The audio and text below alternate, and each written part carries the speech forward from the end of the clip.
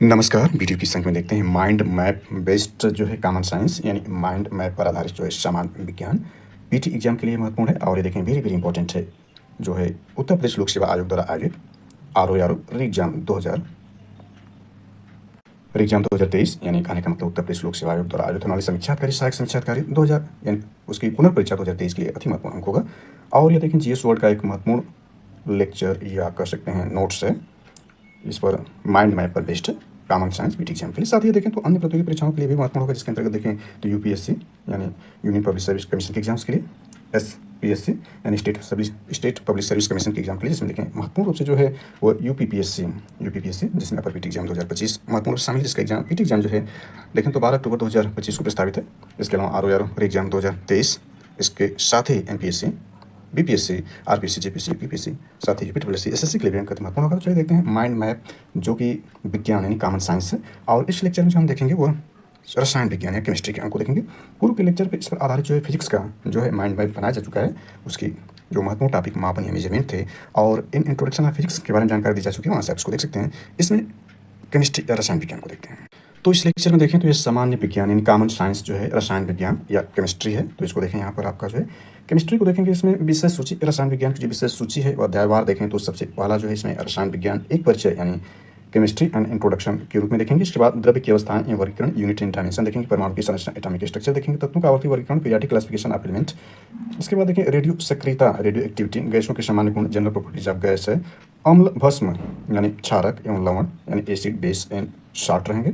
इसके बाद मिश्रण मिक्सचर रासायनिक बंधन केमिकल बॉन्डिंग, ऑक्सीजन अवकरण यानी ऑक्सीडेशन रिडक्शन इसमें होगा। इसके बाद विद्युत रसायन इलेक्ट्रोकेमिस्ट्री, ईंधन यानी फ्यूल्स, बहुलीकरण प्लास्टिक यानी पॉलीमराइजेशन एंड प्लास्टिक विस्फोटक, एक्सप्लोसिव संश्लेषित बहुलक एंड सिंथेटिक पॉलीमर्स यानी ये सब रहेगा। साबुन एवं संश्लिष्ट अपमार्जक सोप एंड सिंथेटिक डिटर्जेंट्स, तेल एंड वसा, ऑयल एंड फैट्स, रासायनिक औषधियाँ, chemical drugs, cement and cement and glass परिवर्तन एंड चेंजेस, तत्व मेटल, कुछ प्रमुख धातु में सम इंपॉर्टेंट मेटल, जल की कठोरता, हार्डनेस ऑफ वाटर, उर्वरक फर्टिलाइजर्स, महत्वपूर्ण तथ्य यानी इंपॉर्टेंट फैक्ट्स में समाहित रहेंगे।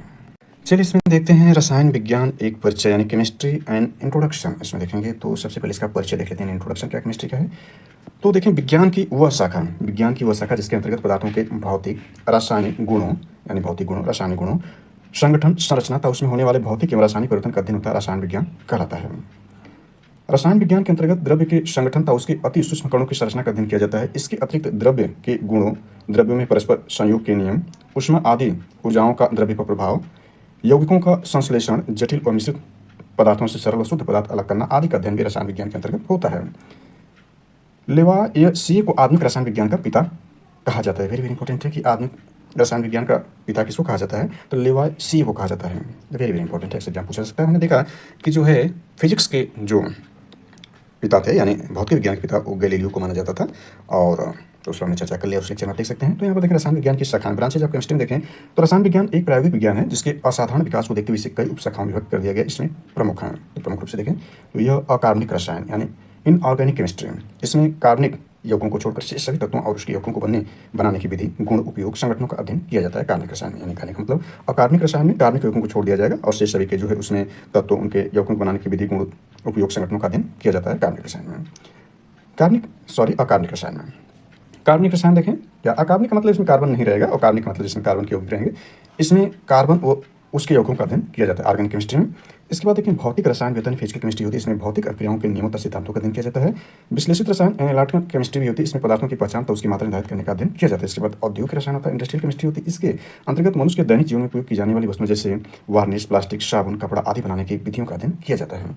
इसके बाद जीव रसायन भी होता है यानी बायो केमिस्ट्री होती है, इसमें जीवधारियों में होने वाली रासायनिक क्रियाओं तथा प्राणियों वनस्पतियों से प्राप्त पदार्थों का अध्ययन किया जाता है जीव रसायन में। इसके बाद देखते हैं कृषि रसायन भी आता है यानी एग्रीकल्चर केमिस्ट्री होती है, इसमें कृषि से संबंधित रसायनों का अध्ययन किया जाता है। इसके बाद औषधि रसायन यानी मेडिसिन केमिस्ट्री होती है, इसमें प्राणियों की प्रयोग में आने वाली औषधियों, उनके संगठन बनाने की विधियों का अध्ययन किया जाता है। इसके बाद नाभिकीय रसायन देखें न्यूक्लियर केमिस्ट्री होती है, इसमें नाभिकीय क्रियाओं, रेडियोएक्टिव तत्व तथा इनके अनुप्रयोगों का अध्ययन किया जाता है।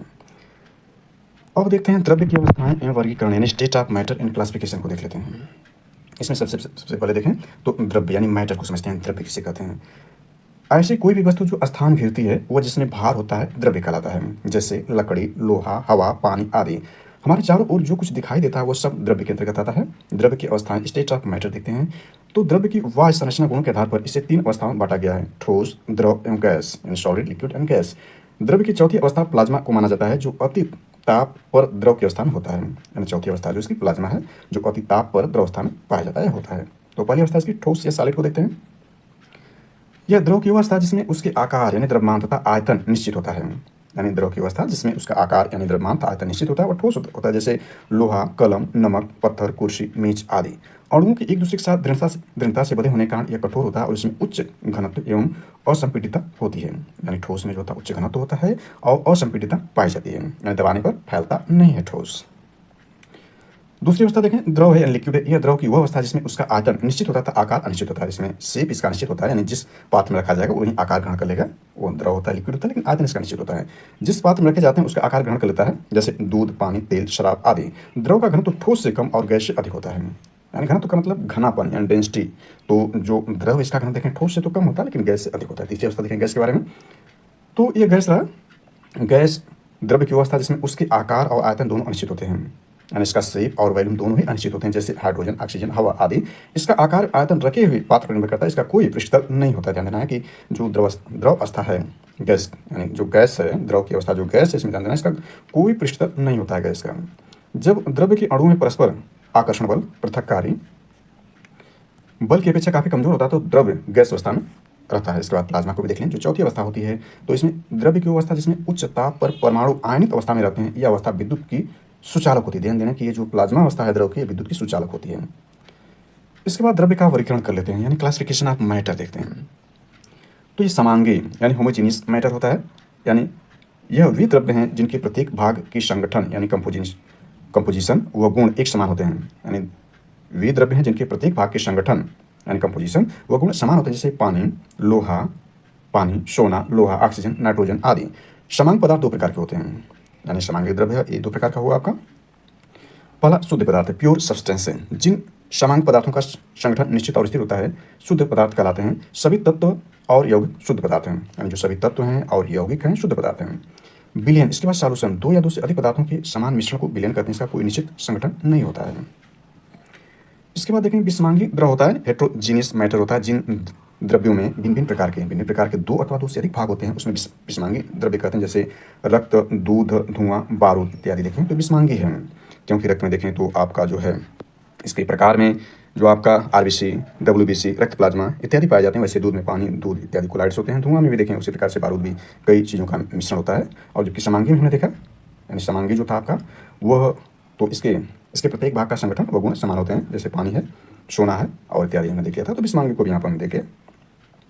इसके बाद तत्व देखते हैं, यानी एलिमेंट क्या होते हैं। तत्व द्रव्य का ऐसा भाग जिसे किसी भी ज्ञात भौतिक व रासायनिक विधियों से न तो दो या दो से अधिक द्रव्य में विभाजित किया जा सकता है और न ही बनाया जा सकता है, जैसे लोहा, तांबा, चांदी, सोना आदि। तत्व द्रव्य की तीनों अवस्थाओं यानी ठोस, द्रव एवं गैस में पाई जाती है। तत्व मुख्यतः दो प्रकार के होते हैं, धातु एवं अधातु। यानी तत्व दो प्रकार के हैं, एक मेटल एक नॉन मेटल है। सबसे पहले धातु को देख लेते हैं। धातु देखें, यानी मेटल जो है यह विद्युत एवं ऊष्मा का सुचालक होता है। यानी धातुएं जो होती हैं विद्युत और ऊष्मा की सुचालक होती हैं तथा ठोस अवस्था में आघातवर्धनी और तन्य होते हैं। यानी ठोस अवस्था में रहेंगे तो आघातवर्धनी रहेंगे और तन्य होते हैं, जैसे चांदी, सोना, लोहा, एल्युमिनियम आदि। अधातु नॉन मेटल को देखें, यह विद्युत एवं ऊष्मा का सुचालक होता है, जैसे गंधक, फास्फोरस, ब्रोमीन और ऑक्सीजन आदि। इसके बाद देखें तत्वों के विशिष्ट गुण, स्पेशल प्रॉपर्टीज ऑफ एलिमेंट को देखें तो नमीकरण जो तत्वों के विशिष्ट गुण में नमीकरण होता है। कुछ यौगिक जब वायुमंडल में खुले रख दिए जाते हैं तो वे नमी को अवशोषित कर लेते हैं, यह गुण नमीकरण कहलाता है। साधारण नमक यानी सोडियम क्लोराइड यानी NaCl जो साधारण नमक है, जो खाने वाला नमक है, में यह गुण नहीं पाया जाता है। परंतु मैग्नीशियम क्लोराइड यानी MgCl2, मैग्नीशियम क्लोराइड के शुद्ध के कारण यह नम हो जाता है। यानी ध्यान दें कि जो साधारण नमक है सोडियम क्लोराइड में यह गुण नहीं पाया जाता है, परंतु मैग्नीशियम क्लोराइड की अशुद्ध के कारण यह नम हो जाता है। इसमें यदि मैग्नीशियम क्लोराइड की अशुद्धि पाई जाए तो यह नम हो जाता है। इसके बाद प्रस्फुटन को देखें तो यह कुछ क्रिस्टलीय पदार्थ अपने क्रिस्टलीय जल को वायुमंडल में निकालकर पूर्ण रूप से परिवर्तित हो जाते हैं, जैसे फेरस सल्फेट, सोडियम कार्बोनेट। इसके बाद आघात वर्धनीयता को देख लेते हैं। तो आघात वर्धनीयता क्या है? कुछ ठोस पदार्थ पीटने पर टूटने के स्थान पर पतली चादर के रूप में परिवर्तित हो जाते हैं। ठोस में पाए जाने वाले इस गुण को आघात वर्धनीयता कहते हैं, जैसे सोना, चांदी, तांबा इत्यादि। सोना सर्वाधिक आघात वर्धनीयता रखता है, यानी सोना को बहुत पतला किया जा सकता है, यानी इसको पीटने पर बहुत ज़्यादा पतला या फैलता है। सोना इसमें सबसे ज़्यादा इसकी आघात वर्धनीयता है। आर्द्रताग्राही को देख लेते हैं, तो यह पदार्थों में वायुमंडल की नमी को ग्रहण करने की क्षमता को कहते हैं। आर्द्रताग्राही किसको कहते हैं? तो ये पदार्थों में वायुमंडल की नमी को ग्रहण करने की क्षमता को कहते हैं। पदार्थों के इस गुण को आर्द्रताग्राही कहते हैं। इसके बाद तन्यता को देख लेते हैं। कुछ पदार्थों में ऐसे गुण पाए जाते हैं जिनसे पतले तार बनाए जा सकते हैं। पदार्थ के इस गुण को तन्यता कहते हैं। इसके बाद प्रत्यास्थता देख लेते हैं। इलास्टिसिटी, पदार्थों के वे गुण जिसके द्वारा लगाए गए विरूपक बल का विरोध कर पुनः अपनी स्वाभाविक अवस्था को प्राप्त कर लेते हैं, उसका प्रत्यास्थता कहलाता है। इसके बाद लचीलापन देख लेते हैं। पदार्थ का वह गुण जिसके कारण पदार्थ पुनः अपनी स्वाभाविक स्थिति में नहीं आ पाते हैं, लचीलापन कहलाता है। इसके बाद भंगुरता देख लेते हैं। कुछ ठोस पदार्थ हथौड़े से पीटने पर छोटे छोटे टुकड़े में परिवर्तित हो जाते हैं, इस गुण को भंगुरता कहते हैं। इसके बाद कठोरता या हार्डनेस देखें। विभिन्न पदार्थ एक दूसरे की तुलना में कम या अधिक कठोर होते हैं। कठोरता की माप मोह स्केल द्वारा की जाती है। वेरी वेरी इंपॉर्टेंट है। कठोरता की माप जो है मोह स्केल द्वारा की जाती है। सर्वाधिक कठोर पदार्थ हीरा है। मोह स्केल पर इसकी कठोरता 10 है। इसके बाद देख लेते हैं मानव शरीर में विभिन्न तत्वों की औसत मात्रा को। तो इसमें देखें सर्वाधिक जो मात्रा है वो ऑक्सीजन की है। तत्व है औसत मात्रा, तत्व औसत मात्रा मानव शरीर में सर्वाधिक देखें तो ऑक्सीजन है, यानी O2 है। यह मानव शरीर में 65% है। दूसरे स्थान पर सर्वाधिक देखें तो कार्बन है, 18% है। तीसरे स्थान पर हाइड्रोजन है। चौथे स्थान पर नाइट्रोजन है। 5वें स्थान पर कैल्शियम है। 6ठे स्थान पर फास्फोरस है। और 7वें स्थान पर देखें तो पोटेशियम है। इसके बाद 8वें स्थान देखें तो सल्फर है। 9वें स्थान पर देखें तो सोडियम है। और 10वें स्थान पर क्लोरीन है। 11वें स्थान पर देखें तो मैग्नीशियम है। 12वें स्थान पर देखें तो 0.4% में लोहा मानव शरीर में है। और अन्य पर देखें तो 0.46% अन्य पदार्थ भी शामिल है। सर्वाधिक रूप से ऑक्सीजन है, जबकि लोहा भी पाया जाता है। ये भी याद रखना, ये सारे तत्व जो है मानव शरीर में पाए जाते हैं। इसके बाद यौगिक को देख लेते हैं। कंपाउंड किसे कहते हैं? जो द्रव्य 2 या 2 से अधिक तत्वों के निश्चित अनुपात में परस्पर क्रिया के संयोग से बनते हैं, वह जो साधारण विधि से पुनः तत्वों में विभाजित किए जा सकते हैं, यौगिक कहलाते हैं। यौगिक के गुण उनके संगठन, उसके संगठक, यौगिक गुण उनके संगठक तत्वों गुणों की स्थिरता भिन्न होते हैं, जैसे पानी, नमक, क्लोरोफॉर्म, एल्कोहल आदि।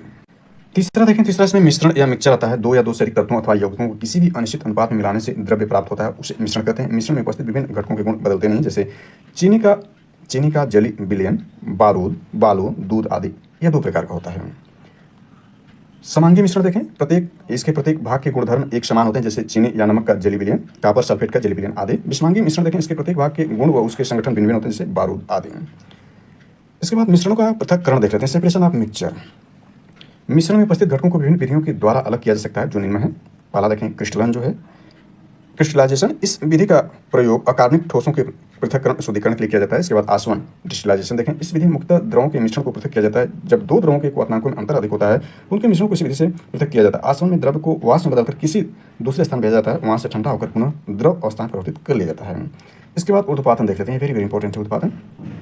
कुछ ठोस पदार्थ ऐसे होते हैं जिन्हें गर्म किए जाने पर वे द्रव अवस्था में आने की बजाय सीधे वाष्प में बदल जाते हैं, और वाष्प को ठंडा किए जाने पर यह पुनः सीधे ठोस अवस्था में आ जाते हैं। ऐसे पदार्थ को ऊर्ध्वपातन कहते हैं। इस क्रिया को ऊर्ध्वपातन कहते हैं। इस विधि के द्वारा Kapoor, naphthalene, ammonium chloride, anthracene, benzoic अम्ल आदि पदार्थ शुद्ध किए जाते हैं। यानी यहाँ चित्र में दिखाया गया यह ऊर्ध्वपातन की प्रक्रिया है, इसमें देख सकते हैं। इस प्रकार से ऊर्ध्वपातन बनता है। अगला देख लेते हैं तो वर्ण लेखन आता है। वर्ण लेखन का मतलब ये हुआ chromatography. Very very important exam से पूछता है। यह विधि इस तथ्य पर आधारित है, किसी मिश्रण के विभिन्न घटकों की अधिशोषण क्षमता भिन्न भिन्न होती है, तथा वे किसी अधिशोषक पदार्थ में विभिन्न दूरियों पर अधिशोषित होते हैं और इस प्रकार पृथक कर लिए जाते हैं। इसके बाद देखें द्रव की गतिज आणविक सिद्धांत, kinetic molecular theory of matter. इसके अनुसार द्रव्य यानी ठोस, द्रव एवं गैस छोटे छोटे कणों से मिलकर बना है। इन्हें अणु मॉलिक्यूल कहते हैं। अणु स्वतंत्र अवस्था में रहता है तथा इसमें द्रव्य के सभी गुण विद्यमान रहते हैं। ठोस अवस्था में अणुओं के बीच की दूरी बहुत कम होती है। द्रव में अणुओं के बीच की दूरी ठोसों की अपेक्षा अधिक होती है, और गैस में अणुओं के बीच की दूरी सबसे अधिक होती है। इस अवस्था में अणु सभी समय अनियमित गति करते हैं, यानी गैस अवस्था में। ताप के बढ़ने पर गैस की अणु की गतिज ऊर्जा बढ़ जाती है। ध्यान देना है कि ताप के बढ़ने पर गैस की अणु गतिज ऊर्जा बढ़ जाती है। इसके बाद अणु के बारे में देखें, मॉलिक्यूल के बारे में देखें। पदार्थ अणुओं से मिलकर बने होते हैं और अणु परमाणु से, यानी जो पदार्थ है वो अणुओं से, यानी पदार्थ को हम देखें, पदार्थ किससे बना होगा? अणु से। अणु किससे बना होगा? परमाणु से। परमाणु भी जो इलेक्ट्रॉन, प्रोटॉन, न्यूट्रॉन से बनेंगे। इलेक्ट्रॉन, प्रोटॉन, न्यूट्रॉन भी सूक्ष्म कणों से मिलकर बनेंगे, हालांकि आगे इसकी चर्चा की जाएगी। तो इसमें अणु को देखें, किसी पदार्थ अणु से मिलकर बने होते हैं और अणु परमाणु से। किसी पदार्थ के वे सूक्ष्मतम कण जो स्वतंत्र अवस्था में रह सकते हैं और उसमें पदार्थ के समस्त गुण उपस्थित रहते हैं, अणु कहलाता है। साधारणतः इसका व्यास 4 एंगस्ट्रॉम से 20 एंगस्ट्रॉम, जबकि हम जानते हैं 1 एंगस्ट्रॉम जो होता है 10⁻⁻10 मीटर होता है। हमने फिजिक्स वाले पार्ट में इसको देख लिया है मापन है। इसके बाद अणु भार देख लेते हैं, यानी मॉलिक्यूलर वेट। किसी पदार्थ का अणु भार वो संख्या है जो यह प्रदर्शित करता है कि उस पदार्थ का एक अणु कार्बन 12 समस्थानिक परमाणु के भार के 1/12वें भाग से कितना गुना भारी है। जैसे हम जानते हैं कार्बन का सिंबल यह है प्रतीक, यानी C612, और इसका समस्थानिक भी होते हैं, यानी C6 13 और C6 14 भी कार्बन के समस्थानिक पाए जाते हैं। तो यहाँ पर ये अणु भार के रूप में डिफाइन किया गया इसके समस्थानिक के रूप में। तो हमने देखा कि यह जो आपका है अणु को हमने देख लिया। अणु, इसके बाद परमाणु भी होते हैं, और तो आगे इसमें देखते हैं, ये अणु हुआ, इसके बाद अणुभार हुआ, इसके बाद आणविक द्रव्यमान को देख लेते हैं, यानी मॉलिक्यूलर मास को। किसी पदार्थ का आणविक द्रव्यमान एक संख्या जो बताती है उस पदार्थ का एक अणु कार्बन यानी परमाणु द्रव्यमान 12 के एक परमाणु के द्रव्यमान के 12वें भाग से कितना गुना भारी है। आणविक द्रव्यमान मॉलिक्यूलर मास कहलाता है। इसके मोल देख लेते हैं। मोल क्या है? ये किसी पदार्थ के परमाणु, अणु अथवा आयन की निश्चित संख्या को व्यक्त करता है। यह संख्या देखें तो एक मोल बराबर 6.022 × 10⁻23 अणु, परमाणु या आयन होते हैं। यानी एक मोल में इतना अणु या परमाणु या आयन पाए जाते हैं। इसके बाद परमाणु की संरचना देख लेते हैं, एटॉमिक स्ट्रक्चर देख लेते हैं। वेरी वेरी इंपॉर्टेंट, ये परमाणु को सबसे पहले देख लेते हैं। परमाणु यानी एटम क्या है? किसी तत्व का सूक्ष्म कण जो रासायनिक प्रक्रियाओं में भाग ले सकता है परमाणु कहलाता है। डाल्टन के अनुसार परमाणु अविभाज्य होता है, लेकिन आधुनिक अनुसंधानों ने यह प्रमाणित कर दिया कि परमाणु विभाज्य है। परमाणु की एक निश्चित रचना होती है। यह कई प्रकार के अति सूक्ष्म कणों के संयोग से बनता है, जिसमें इलेक्ट्रॉन, प्रोटॉन, न्यूट्रॉन प्रमुख हैं। इन तीनों कणों को परमाणु के मौलिक कण यानी फंडामेंटल पार्टिकल कहते हैं। इसके अतिरिक्त परमाणु के कुछ अन्य कण जिसमें positron, neutrino, anti neutron, anti proton, meson आदि भी पाए जाते हैं। ये कण अस्थायी होते हैं। आगे चलिए इसमें देखते हैं, तो यह है परमाणु के अस्थायी मूल कणों के अभिलक्षण, यानी परमाणु के जो अस्थायी मूल कण हैं उनके अभिलक्षण या गुण या कैरेक्टरिस्टिक्स इसके देख लेते हैं। तो इसके मूल कण, प्रतीक, आवेश और इसका द्रव्यमान किलोग्राम में खोजकर्ता कौन है? वेरी वेरी इंपॉर्टेंट, खोजकर्ता अक्सर पूछ देता है। तो मूल कण आपका जो इलेक्ट्रॉन है, इसका प्रतीक देखें तो -1 और पावर E इस रूप में इलेक्ट्रॉन है। इसका आवेश देखें तो 1 है, यानी -1 होता है इसका आवेश 1। द्रव्यमान इसका देखें, द्रव्यमान इसका जो है इलेक्ट्रॉन द्रव्यमान 9.0 × 10⁻31 kg होता है। इसके खोजकर्ता जे थॉम्सन 1897 में इसकी खोज की थी। दूसरा मूल कण जो प्रोटॉन है, इसका 1p1 पॉजिटिव और इसका आवेश +1 होता है। इसका द्रव्यमान देखें तो 1.67 × 10⁻27 इसका द्रव्यमान है, 1.67 × 10⁻27 किलोग्राम है। और इसकी खोजकर्ता प्रोटॉन के गोल्डस्टीन है, 1911 में इसका खोज किया था इन्होंने।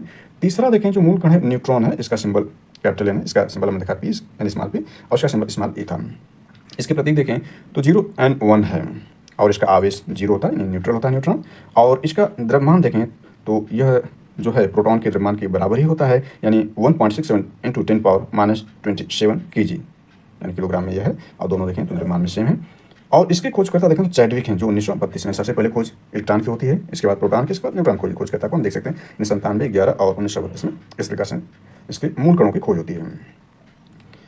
विद्युत और चुंबकीय क्षेत्र में इलेक्ट्रॉन किरणों पर ऋण आवेश, यानी विद्युत और चुंबकीय क्षेत्र में इलेक्ट्रॉन किरणों पर ऋण आवेश, प्रोटॉन पर धन आवेश और न्यूट्रॉन आवेश रहित होता है। चैडविक ने बेरिलियम धातु पर अल्फा कणों का आघात कराया। अल्फा कण जो पॉजिटिव होते हैं। न्यूट्रॉन का द्रव्यमान प्रोटॉन के द्रव्यमान के बराबर होता है। प्रोटॉन परमाणु के नाभिक में न्यूट्रॉन के साथ पाया जाता है, जबकि इलेक्ट्रॉन परमाणु के नाभिक के चारों अपनी निश्चित कक्षाओं में चक्कर काटती रहती है। यानी इसमें जो नाभिक है, न्यूक्लियस है, इसमें आपका N और P पाया जाता है। और इसके जो चारों तरफ जो कक्षाएं होती है उसमें इलेक्ट्रॉन इसका चक्कर लगाता है, यानी नाभिक ही होता है। आगे इसमें हम देखेंगे इसको। इसके बाद देखें रदरफोर्ड का नाभिकीय सिद्धांत, रदरफोर्ड न्यूक्लियर थ्योरी। सन 1911 में अंग्रेजी भौतिक शास्त्री अर्नेस्ट रदरफोर्ड ने धातु पात्रों पर अल्फा कणों की बमबारी करके परमाणु संरचना के संदर्भ में महत्वपूर्ण निष्कर्ष प्राप्त किए। उन्होंने पोलोनियम नामक रेडियोएक्टिव पदार्थ से निकलने वाले उच्च गतिज ऊर्जा के अल्फा कणों को एक पतले स्वर्ण पत्र से होकर गुजरने दिया। इसके बाद क्वांटम सिद्धांत यानी क्वांटम थ्योरी देख लें तो 1901 ईस्वी में प्लैंक ने तप्त काली वस्तुओं से उत्सर्जित विभिन्न कंपनावृत्तियों वाले प्रकाश ऊर्जा के अध्ययन के क्वांटम सिद्धांत का प्रतिवेदन किया था। नील्स बोर का परमाणु मॉडल देख लेते हैं, यानी Bohr's atomic model very very important है। रदरफोर्ड मॉडल के त्रुटियों को दूर करना था। हाइड्रोजन परमाणु के स्पेक्ट्रम को समझने के लिए नील्स बोर ने मैक्स प्लैंक के क्वांटम सिद्धांत का सहारा लेकर एक सिद्धांत का प्रतिपादन किया था। इसके बाद स्पेक्ट्रम देख लेते हैं। सूर्य से निकलने वाले प्रकाश में विभिन्न तरंगदैर्ध्य वेवलेंथ वाली किरणें होती हैं। जब यह प्रकाश के एक प्रिज्म से होकर गुजरते हैं तो प्रिज्म के बाहर निकलने वाला प्रकाश पुंज प्रिज्म के आधार पर मुड़ जाता है तथा एक सतत रंगीन पट्टी के रूप में फैल जाता है। इस पट्टी में 7 रंग होते हैं, यानी सूर्य के प्रकाश में 7 रंग हैं, तो यही 7 पट्टी के रूप में आते हैं। तो इसमें देखें वायलेट है, आसमानी इंडिगो है, ब्लू है, ग्रीन है, येलो है, ऑरेंज है, रेड है। प्रकाश की यह रंगीन पट्टी स्पेक्ट्रम कहलाती है। यानी सूर्य के प्रकाश में 7 रंग होते हैं, उसको बैगनी पी नाला नाम से याद रख सकते हैं। इसमें देखें जो सबसे ज़्यादा जो है आपका तरंगदैर्ध्य होती है वो लाल की होती है, यानी यहाँ पर, यानी इसमें देखें बढ़ते हुए क्रम सबसे कम जो तरंगदैर्ध्य होती है बैगनी की होती है। और जो आपका है इसमें देखें आवृत्ति, देखें सबसे ज़्यादा आवृत्ति जो है तो आपकी बैगनी की होती है, ऊर्जा भी सर्वाधिक इसी की होती है। और सबसे कम आवृत्ति इसकी आपकी लाल की होती है, ऊर्जा भी सबसे कम इसकी होती है, लेकिन तरंगदैर्ध्य सबसे ज़्यादा होती है, अर्थात काफ़ी दूर तक भ्रमण करती है, काफ़ी दूर तक देखी जा सकती है। और इसके बाद देखें तो आपकी जो किरणें पाई जाती हैं, किरणें भी 7 प्रकार की होती हैं, यानी रेज में। इसमें ग, एप, द्रि, हवा ये किरणें पाई जाती हैं। यानी इसमें देखें तो गामा रेज, एक्स रेज, और इसके बाद पराबैंगनी रेज, दृश्य रेज, औरत किरणें, हस्त किरणें और वायलेट किरणें पाई जाती हैं। दृश्य प्रकाश की किरणें होती हैं और ये जो पराबैंगनी किरणें होती हैं और ये औरत किरणें होती हैं। रिमोट कंट्रोल में औरत किरणें ही होती हैं, हालांकि इस पर ज़्यादा डिटेल करेंगे तो लेक्चर ज़्यादा बड़ा हो जाएगा। तो सातों किरणों को हम इस प्रकार से याद करते हैं, सातों रंगों को मैंने देख लिया था। तो स्पेक्ट्रम को हमने समझा। चलिए आगे देखते हैं। तो आगे आपका स्पेक्ट्रम या जो है प्रिज्म से देखा गया है सूर्य का प्रकाश जिसमें सातों रंग समाये थे, सातों रंग मिल जाते हैं तो सफ़ेद रंग हो जाता है और उसको 7 भागों में बढ़ जाता है। यानी सफ़ेद रंग देखें तो सातों रंगों को परावर्तित जो पदार्थ कर देगा सफ़ेद दिखेगा और सातों रंगों को जो अशोषित कर देगा काला रंग दिखेगा। तो आगे इसमें होगा सूर्य के प्रकाश से प्रिज्म से गुजरेगा तो सातों भागों में स्पेक्ट्रम में टूट जाएगा। यहाँ देख सकते हैं रेड है, ऑरेंज है, येलो है, ग्रीन है, ब्लू, इंडिगो और वायलेट रंग की किरण है। तो सूर्य के प्रकाश में लाल, सूर्य के प्रकाश से प्राप्त रंगों में बैगनी रंग आधार की ओर सबसे नीचे और लाल रंग सबसे ऊपर होता है, अर्थात बैगनी रंग का विक्षेपण सबसे अधिक, लाल रंग का विक्षेपण सबसे कम होता है। हम देख सकते हैं विक्षेपण कम हुआ है, लाल सबसे ज़्यादा विक्षेपण हुआ है। सूर्य के अतिरिक्त अन्य प्रकाश स्रोतों जैसे विद्युत बल्ब, मोमबत्ती आदि प्रकाश को भी प्रिज्म से गुजरने पर उपयुक्त रंगों का वर्णक्रम स्पेक्ट्रम प्राप्त होता है। किसी पदार्थ में जैसे जैसे पदार्थ के रंगों का अपवर्तनांक बढ़ता जाता है वैसे वैसे माध्यम उसकी चाल कम होती जाती है। कांच में बैगनी रंग के प्रकाश का वेग सबसे कम, वो अपवर्तनांक सबसे अधिक होता है। लाल रंग के प्रकाश का वेग सबसे अधिक, वो अपवर्तनांक सबसे कम होता है। ये वेरी इंपॉर्टेंट है। अर्थात बैगनी रंग के प्रकाश की तरंग दैर्घ्य सबसे कम व लाल रंग के प्रकाश तरंग दैर्घ्य सबसे अधिक होती है। प्रकाश की तरंग दैर्घ्य को एंगस्ट्रॉम में मापते हैं, था इसे A0 हमने देखा था, A⁻0 10 मीटर होता है। एक एंगस्ट्रॉम में 10 मीटर होता है। इसके बाद परमाणु संख्या, एटॉमिक नंबर को समझ लेते हैं। किसी तत्व के परमाणु के नाभिक में उपस्थित प्रोटॉन की संख्या यानी धन आवेश की संख्या तत्व की परमाणु संख्या कहते हैं, इसे जेड से प्रदर्शित करते हैं। सामान्य अवस्था में न्यूट्रल अवस्था में देखें, यानी जैसे यहाँ आपने देखा कि न्यूक्लियस है, न्यूक्लियस में N+P यानी न्यूट्रॉन प्लस प्रोटॉन होंगे और इसी कक्षाओं में इलेक्ट्रॉन चक्कर लगाते हैं। सामान्य अवस्था में, उदासीन अवस्था में जो होता है परमाणु संख्या N=P होता है, यानी ये आवेशित न हो, यानी न पॉजिटिव चार्ज नेगेटिव चार्ज न हो। पॉजिटिव होने का मतलब इलेक्ट्रॉन संख्या कम हो जाती है, उसमें इलेक्ट्रॉन वो दे देता है। नेगेटिव का मतलब इलेक्ट्रॉन ग्रहण कर लेता है, आवेश उसमें बढ़ जाता है। तो चूंकि प्रोटॉन तो निकलते नहीं, इसलिए प्रोटॉन के आधार पर इसको कहा गया कि उपस्थित प्रोटॉन संख्या धनावेश की संख्या तत्व की परमाणु संख्या जेड से प्रदर्शित करते हैं। अतः परमाणु संख्या प्रोटॉन की संख्या माइनस इलेक्ट्रॉनों की संख्या। परमाणु संख्या निकालना हो तो आपका जो है प्रोटॉनों की संख्या में से इलेक्ट्रॉनों की संख्या घटा देंगे, या कह सकते हैं कि प्रोटॉनों की संख्या आपको प्राप्त करना है तो परमाणु संख्या में इलेक्ट्रॉनों की संख्या जोड़ देंगे। परमाणु संख्या में इलेक्ट्रॉनों की संख्या जोड़ देंगे तो आपका जो है प्रोटॉनों की संख्या प्राप्त हो जाएगी। इसके बाद परमाणु द्रव्यमान देख लेते हैं। एटॉमिक मास देखें तो परमाणु प्रोटॉन, न्यूट्रॉन, इलेक्ट्रॉन से बने होते हैं। किसी तत्व के परमाणु में इन अवयवी कणों के द्रव्यमानों का योगफल इस तत्व का परमाणु द्रव्यमान कहलाता है। इसके बाद द्रव्यमान संख्या देख लेते हैं। मास नंबर देखें तो किसी तत्वों की द्रव्यमान संख्या उसके परमाणु के नाभिक में उपस्थित प्रोटॉनों और न्यूट्रॉनों की संख्याओं के योगफल के बराबर होती है, यानी द्रव्यमान संख्या बराबर होता है प्रोटॉनों यानी परमाणु की संख्या प्लस न्यूट्रॉनों की संख्या, यानी A=Z+N होती है। द्रव्यमान संख्या जो होता है उसके प्रोटॉनों की संख्या और न्यूट्रॉनों की संख्या के योगफल के बराबर होती है। हाइड्रोजन एकमात्र ऐसा परमाणु जिसके नाभिक में सिर्फ एक प्रोटॉन होता है, यानी न्यूट्रॉन नहीं होता है, और इसके चारों ओर केवल एक इलेक्ट्रॉन चक्कर लगाता रहता है। अतः हाइड्रोजन की परमाणु संख्या 1 और परमाणु भार भी 1 है। ये वेरी इंपॉर्टेंट एग्जाम दृष्टिकोण से। यानी देखें 1H1, 1H2, 1H3 हाइड्रोजन के 3 समस्थानिक होते हैं, यानी प्रोटियम, ड्यूट्रियम और टाइट्रियम। तो इस तरह से जो होता है हाइड्रोजन आपका बनता है। तो इसमें देखें तो इसमें इसके नाभिक में न्यूट्रॉन नहीं है, इसके नाभिक में है, इसके नाभिक में नहीं है। और इसमें देखें तो इसकी परमाणु संख्या भी 1 है, परमाणु भार भी जो इसका 1 है प्रोटियम के। आगे इसमें परमाणु भार को समझ लेते हैं। एटॉमिक वेट क्या होता है। किसी तत्व का परमाणु भार वह संख्या है जो प्रदर्शित करती है कि तत्व का एक परमाणु कार्बन परमाणु के द्रव्यमान के 1/12वें भाग से कितना गुना भारी। हम देखा है कार्बन का जो सिंबल है C6H12 होता है। C6 13 और C6 14 भी, यानी कार्बन के भी 3 समस्थानिक पाए जाते हैं। तो इसमें पहला देखें सामान्य कार्बन है, तो इसमें देखें तो यह है, यानी इसका डिफिनेशन एटॉमिक वेट के परमाणु भार बराबर होता है तत्व के परमाणु का द्रव्यमान बटे कार्बन परमाणु के द्रव्यमान का 1/12वां भाग का अनुपात होता है परमाणु भार। अर्थात प्रकृति में पाए जाने वाले अधिकांश तत्व अपने समस्थानिकों के मिश्रण के रूप में होते हैं। अतः परमाणु भार प्राय भिन्नात्मक फ्रिक्शनल होते हैं। इसके बाद समस्थानिक देखें। समस्थानिक आइसोटोप्स। किसी तत्व के ये परमाणु जिनकी परमाणु क्रमांक समान वो परमाणु भार भिन्न भिन्न होते हैं, समस्थानिक कहलाते हैं। समस्थानिकों की परमाणु में प्रोटॉनों की संख्या समान परंतु न्यूट्रॉनों की संख्या भिन्न भिन्न होती है। हाइड्रोजन के 3 समस्थानिक यानी प्रोटियम, ड्यूट्रियम और टाइट्रियम होते हैं। यानी नीचे वाला भाग जो होता है वो प्रोटॉनों की संख्या बताता है और सामान्य स्थान प्रोटॉन न्यूट्रॉन के बराबर होते हैं, प्रोटॉन इलेक्ट्रॉन के बराबर होते हैं। इसे यानी E=P होता है सामान्य स्थान, यानी वो चार्जेज ना हो या पॉजिटिव नेगेटिव ना हो तो। और ऊपर देखें तो वह ऊपर जो संख्या होती है वो N+P होती है। तो इसमें देखें आपका N इसमें नहीं होता है, यानी इसमें न्यूट्रॉन नहीं, P 1 है।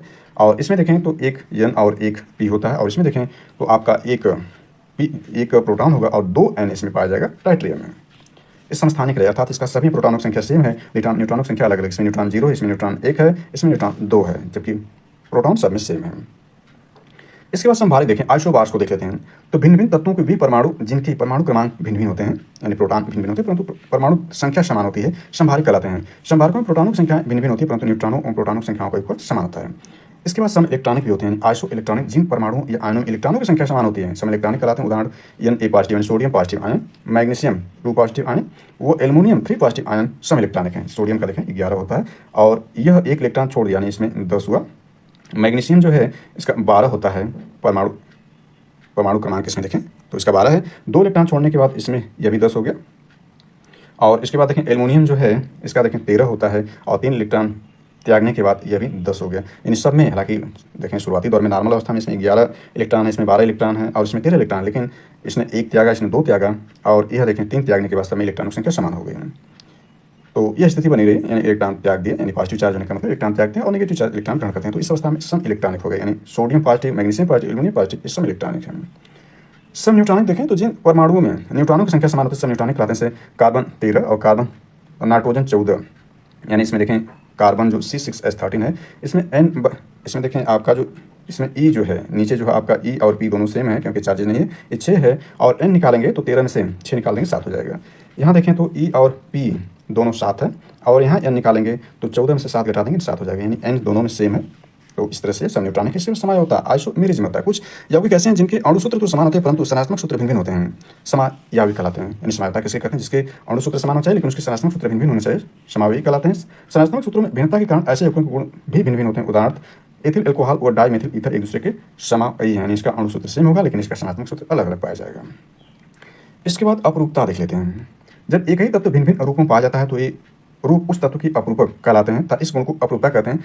हीरा और ग्रेफाइट, हीरा और ग्रेफाइट कार्बन के 2 अपरूपक हैं। अपरूपों के भौतिक और रासायनिक गुण एक दूसरे से भिन्न होते हैं। हीरा बहुत ही कठोर और कुचालक है जबकि ग्रेफाइट मुलायम सुचालक, यानी वेरी इंपॉर्टेंट है। ये कार्बन के जो 2 अपरूपक हैं हीरा और ग्रेफाइट, इसमें देखें तो हीरा बहुत ही कठोर और कुचालक है जबकि ग्रेफाइट मुलायम और सुचालक है। इसके बाद महत्वपूर्ण अस्मरणित तथ्य को देखते हैं तो सभी द्रव्य परमाणु से मिलकर बने होते हैं। परमाणु में इलेक्ट्रॉन, प्रोटॉन, न्यूट्रॉन पाए जाते हैं। इलेक्ट्रॉन और प्रोटॉन निश्चित मूलभूत विशेषताएं रखते हैं, इन्हें आवेश कहते हैं। इसके बाद देखें वह बल जो विपरीत आवेश की वस्तुओं को एक दूसरे के नजदीक खींचता है आकर्षण बल कहलाता है। इसी प्रकार समान आवेश की वस्तुओं को एक दूसरे से दूर ले जाने वाला बल प्रतिकर्षण कहलाता है। जैसे नेगेटिव एक दूसरे को, यानी जैसे एक पॉजिटिव एक नेगेटिव हो तो आकर्षण बल इसमें बनेगा, एक दूसरे खींचेंगे और दोनों पॉजिटिव हो जाए तो इसमें प्रतिकर्षण बल लगेगा, तो दोनों दूर करेंगे, दोनों नेगेटिव हो तभी इसमें प्रतिकर्षण रहेगा। किसी वस्तु पर उत्पन्न विद्युत आवेश को स्थैतिक विद्युत कहते हैं। समान प्रकृति के आवेश एक दूसरे को प्रतिकर्षित करते हैं जबकि विपरीत प्रकृति के आवेश एक दूसरे को आकर्षित करते हैं। इसके बाद देखें एक उदासीन वस्तु इलेक्ट्रॉन ग्रहण कर अथवा खोकर आवेशित हो जाता है। उदासीन वस्तु का मतलब जिसमें E बराबर P होगा वो उदासीन होगा और जब E बड़ा हो जाएगा P से तो वह ऋणावेश हो जाएगा और जब E छोटा हो जाएगा P से तो वहाँ पर धनावेश हो जाएगा। वस्तुओं को घर्षण, चालन और प्रेरण द्वारा आवेशित किया जा सकता है। विद्युत आवेशों की पहचान इलेक्ट्रोस्कोप में किया जाता है। इसके बाद देखें त्वरित यानी बिजली चमकना स्थैतिक विद्युत के निरावेशन की घटना है। इमारतों को त्वरित से सुरक्षित रखने के लिए त्वरित चालकों का प्रयोग किया जाता है। त्वरित चालक भूमिगत करने के सिद्धांत पर कार्य करती है। स्थैतिक विद्युत का निरावेशन एक वस्तु दूसरे वस्तु जाने का सबसे छोटा मार्ग चुनता है। इसके बाद तत्वों का वर्गीकरण आएगा, यानी पीरियोडिक क्लासिफिकेशन ऑफ एलिमेंट है। इसको भी थोड़ा समझ लेते हैं। 1915 में प्राउड ने बताया कि हाइड्रोजन ही मौलिक पदार्थ है और अन्य सभी तत्व इसी हाइड्रोजन की परमाणु से बने हुए हैं, अतः तत्वों के परमाणु भार हाइड्रोजन के परमाणु भार के अपवर्त होते हैं। प्राउड के बाद तत्वों के वर्गीकरण के लिए डोप रेनर ने एक त्रिक, डूमा ने समूलक श्रेणी, न्यूलैंड ने अष्टक नियम आदि सिद्धांत दिए, परंतु आवर्त श्रेणी की खोज सर्वप्रथम 1869 यानी गांधी जी के जन्म वर्ष है 1869। हमारे देश के जो महात्मा गांधी जी है यानी राष्ट्रपिता, भारत के राष्ट्रपिता या पूज्य बापू जी का जन्म वर्ष भी यही है, किंतु इन्हीं आवर्त सारणी के रूप में इसको याद कर सकते हैं। तो आवर्त सारणी की खोज सर्वप्रथम 1829 में रूसी वैज्ञानिक मेंडलिक ने किया। इनके अनुसार तत्वों के भौतिक तथा रासायनिक गुण उनके परमाणु भारों के आवर्त फलन होते हैं। यानी मेंडलिक ने क्या कहा, ध्यान देना है। इन तत्वों के इलेक्ट्रॉनिक विन्यासों के आधार पर उन्हें 4 ब्लॉकों S, P, D, F में विभाजित किया गया है। प्रमुख तत्वों की विशेषता समझ लेते हैं। तो ऑक्सीजन पृथ्वी पर सबसे अधिक मात्रा पाया जाने वाला तत्व है। एल्युमिनियम पृथ्वी पर सबसे अधिक मात्रा पाया जाने वाला धातु तत्व है। सबसे हल्का तत्व हाइड्रोजन तथा सबसे भारी तत्व ऑस्मियम है। लिथियम सबसे हल्का धातु तत्व है। पारा द्रव अवस्था यानी पारा द्रव धातु तत्व, पारा जो है द्रव धातु तत्व है तथा ब्रोमीन द्रव अधातु तत्व है।